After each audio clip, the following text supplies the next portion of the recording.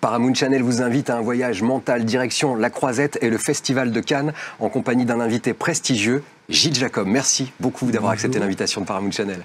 Aujourd'hui, on va parler de votre vie. Oula. Alors évidemment, hein, ça suffit. Un film ne suffirait pas. Alors ça n'a pas grand intérêt. Un buzz spécial Cannes. Ah, on va voir que si, justement. Gilles Jacob, vous êtes né en 1930, Paris 17e. Votre père, prisonnier de guerre, interné en Allemagne, et vous, issu d'une famille juive, vous fuyez Paris en 42. La Gestapo manque de 40. peu... En 40, pardon. La Gestapo manque de peu de vous arrêter. À Nice.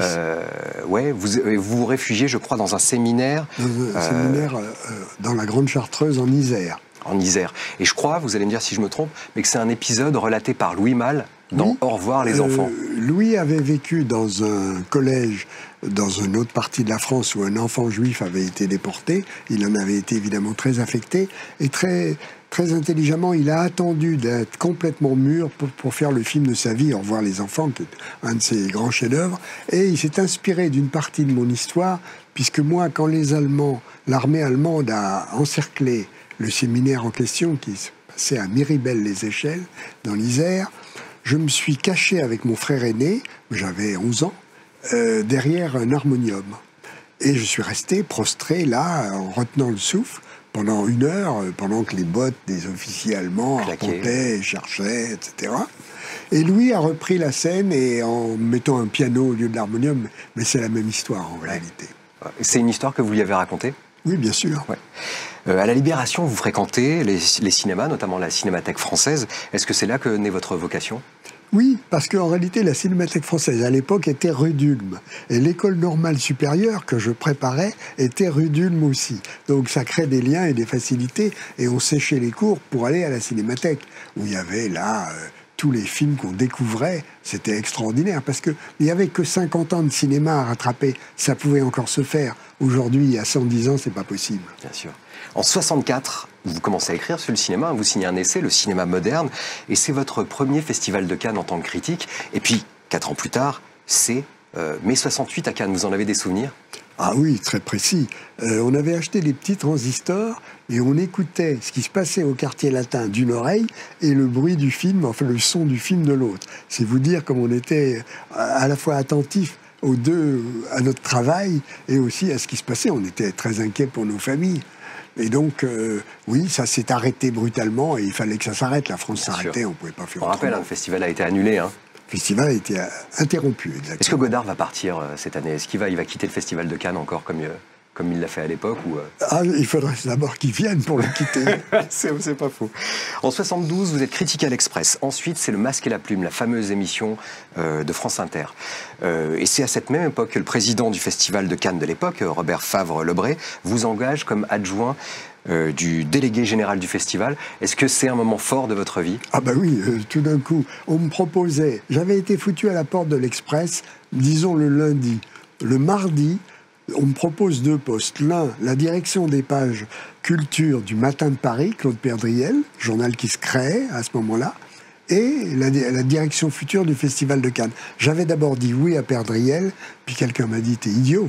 Le Festival de Cannes, c'est mondial. Des journaux, il y en a 10 à Paris. J'ai été demander la permission à Perdriel de reprendre ma parole. Il me l'a donnée généreusement. Et depuis, je suis au Festival de Cannes.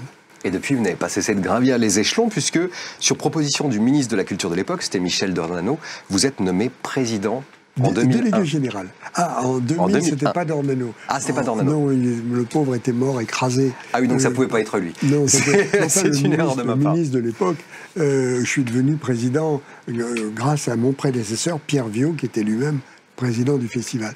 Mais si vous voulez, cette vie, si elle a un intérêt, c'est d'avoir différentes... On ne peut pas avoir aujourd'hui le même emploi toute sa vie. Donc j'ai été d'abord dans l'industrie. Je voulais être professeur, je n'ai pas pu le faire. J'ai été dans l'industrie, j'ai été journaliste, j'ai été directeur de festival. Aujourd'hui, j'espère que je deviens auteur, en écrivant des livres, comme vous voulez bien le citer. Et donc, ça montre aux jeunes d'aujourd'hui qu'il faut qu'ils se lancent dans ce qu'ils aiment. Et puis, si tout d'un coup, la vie bascule dans autre chose, c'est pas grave, à condition de se passionner pour son travail ou que son travail vous passionne. Et savoir saisir le moment aussi et les opportunités. Ça, la chance passe une fois. Faut sauter dessus.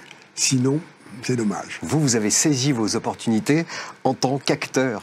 Vous avez joué dans Grosse Fatigue de Michel Blanc et dans Femme fatale de Brian De Palma. Oui.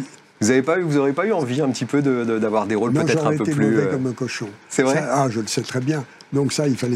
D'ailleurs, j'ai joué que en tant que moi-même. Je jouais le directeur du festival chez De Palma. C'était amusant de faire un plan pour De Palma. Est-ce que vous aviez du stress un petit peu, le trac? Non, pas du tout. Pas du tout. J'éclatais de rire. D'ailleurs, il descendait de son promontoire pour venir me dire « Mais est-ce que le directeur du festival rit normalement quand il reçoit les gens ?» Il était furieux. Alors, j'essayais de reprendre mon sérieux. J'essayais de faire rire les gens parce qu'on recommence 40 fois la même chose. C'est horrible.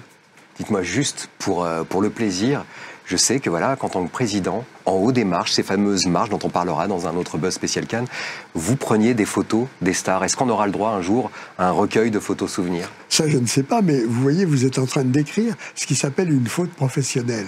Le président du festival n'est pas là pour prendre des photos des stars. Il y a des journalistes et des photographes pour ça. Bon, je l'ai fait avec les petits appareils numériques et je voulais surtout immortaliser l'ébahissement de Sharon Stone, s'apercevant tout d'un coup que je la photographie à un endroit complètement inattendu. Et je crois d'ailleurs, vous dites dans le bouquin qu'aucune star finalement ne vous en a tenu rigueur. Aucune. Et parfois donc les stars finalement Ils sont ont plus simples l'humour. qu'on ne le pense. Ils ont Et l'humour. Merci beaucoup d'avoir été avec nous pour ce Buzz spécial Cannes. Gilles Giacomo, on est vraiment très heureux de vous recevoir pendant le Festival de Cannes. Et merci à vous de nous avoir suivis. À très bientôt sur Paramount Channel et d'ici là, faites-vous une toile.